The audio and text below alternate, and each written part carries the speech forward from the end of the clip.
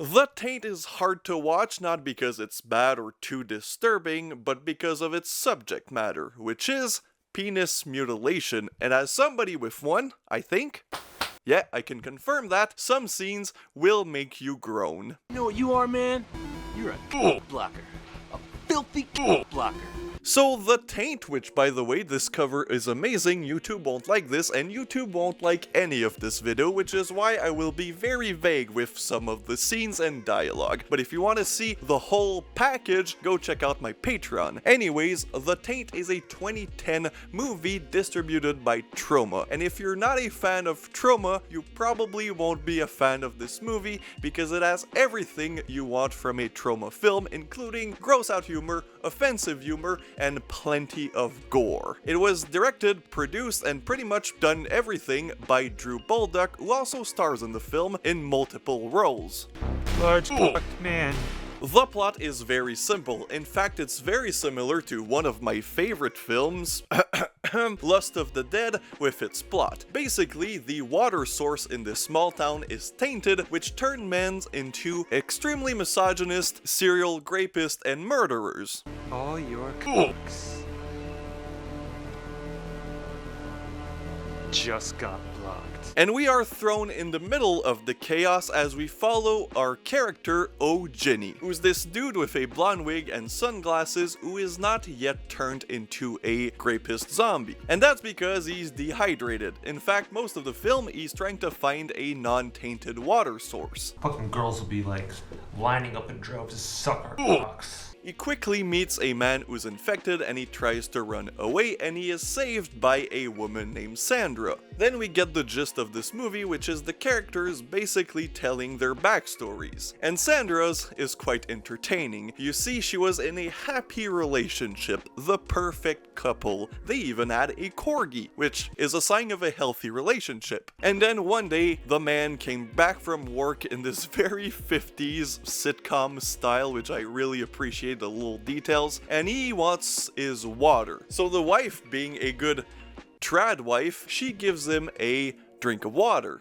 and then she gives him fellatio, which we see from the inside of her mouth. This movie's gross, I will just let you know. That picture I have of you in my wallet, I totally beat off to it during my lunch break. But it's too late, as he is already infected, so he turns into one of these misogynist zombie guys, and she destroys his head. She then takes out a shotgun and goes on a rampage. And she's good at shooting because she's a squirrel hunter.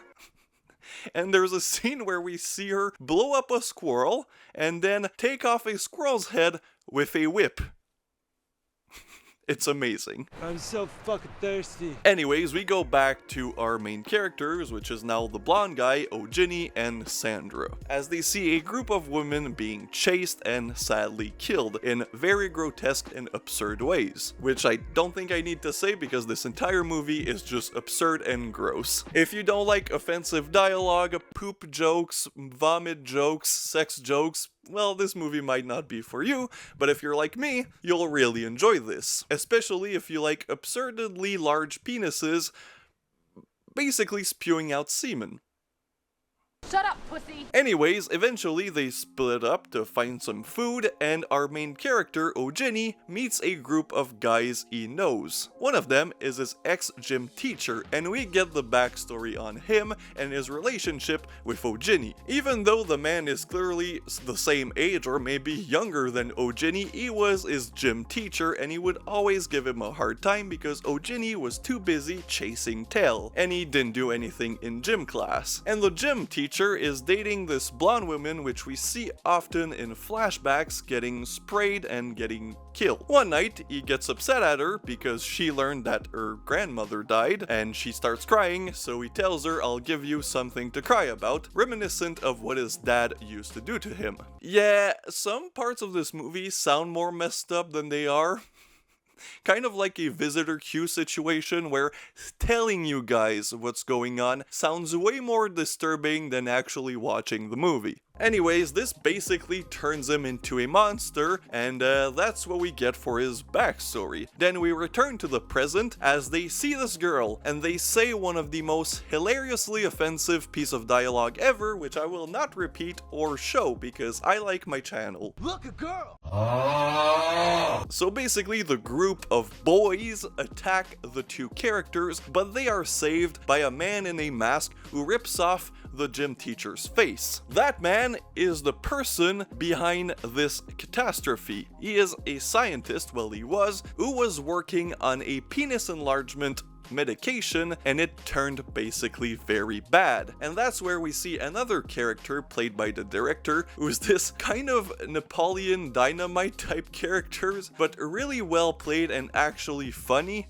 And it's kind of my favorite segment of this film, where you see the two scientific guys just talk shit and try to figure out a way to make a penis enlargement medication, and then we get their advertisement whenever they sell their product to a man who tries to convince them that he doesn't have a small penis, and it's basically saying that if you don't have a large penis, the Nazis will invade back the US. It's absurd. It's hilarious. Jesus Christ, this movie's wrong in so many levels, but so right at the same time. I mean, I'm not saying I have a small dick or anything, because I don't. But eventually their little project goes bad when the father of the Napoleon Dynamite, I'll call him, goes downstairs, and then they have this argument, and then the father mistakes his glass of wine for the medication, and then he turns into the zombie, thus making him patient zero. Two videos in a row? She really wants to be famous now. She wanted to go outside while it was raining, so her feet are wet and my light is out.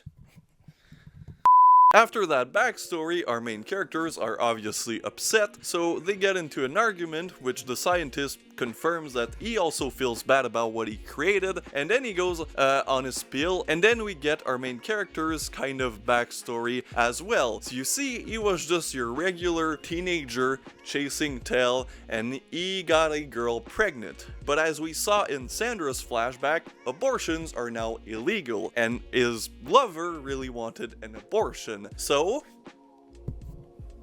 he takes out the coat hanger, which leads to my favorite quote of this film, which is this. Alright, go wash it off.